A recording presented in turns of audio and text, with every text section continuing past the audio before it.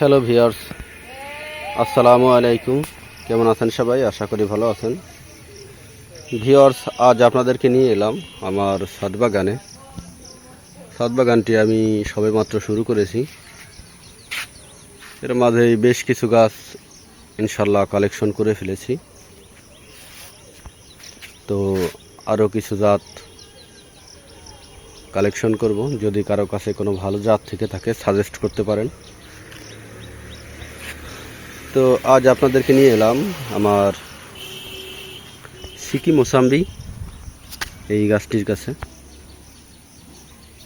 এটা হচ্ছে সিকি মোসাম্বি, বাংলাদেশের আবহাওয়াতে খুবই ভালো ফলন দেয়।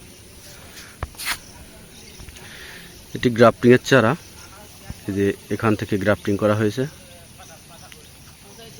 আমি মাত্র কয়েকদিন আগে গ্রাফটিং টেপটা খুলে দিয়েছি।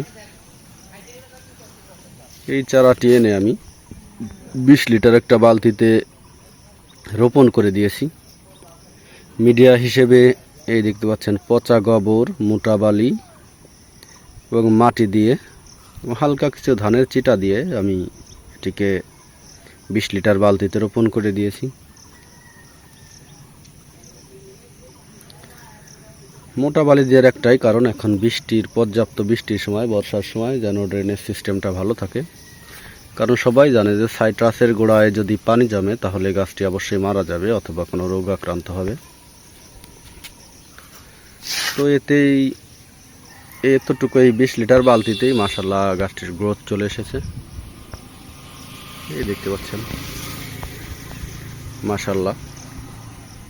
আমি এখনো পর্যন্ত কোনো প্রকার রাসায়নিক সার দেইনি। তো আপনারা যে কাজটি করবেন সেটা হচ্ছে পচা গোবর, এই গোবরটা সবসময় মাটির সাথে গাছের গোড়ায় দেওয়ার চেষ্টা করবেন। তাহলে রাসায়নিক সার না দিলেও গাছের ভালো গ্রোথ হবে এবং খুব তাড়াতাড়ি আপনার গাছে ফুল ও ফল আসবে। আমার কাছে প্রায় 15 থেকে 16টি জাতের সাইট্রাস রয়েছে। পরবর্তী ভিডিওতে অবশ্যই সেগুলো আপনাদেরকে দেখানোর চেষ্টা করব। তো মূল বিষয়টা হচ্ছে শুধু রাসায়নিক সার দিলেই হবে না, ছোট চারার গোড়ায় রাসায়নিক সার না দিলেই ভালো। তো দেখতে পাচ্ছেন কি সুন্দরভাবে কতগুলো ব্রাঞ্চ বের হয়ে এসেছে মাশাআল্লাহ, কোনো প্রকার রাসায়নিক সার ছাড়াই।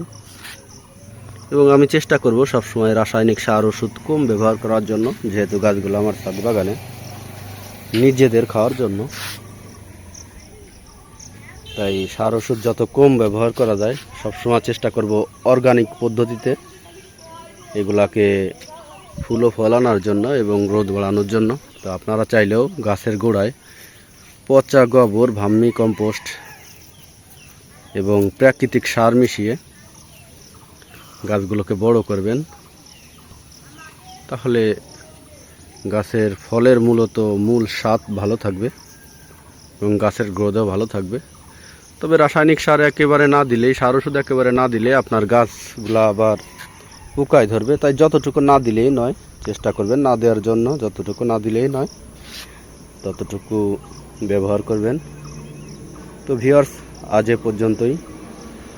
ভালো থাকবেন সবাই। ধন্যবাদ সবাই।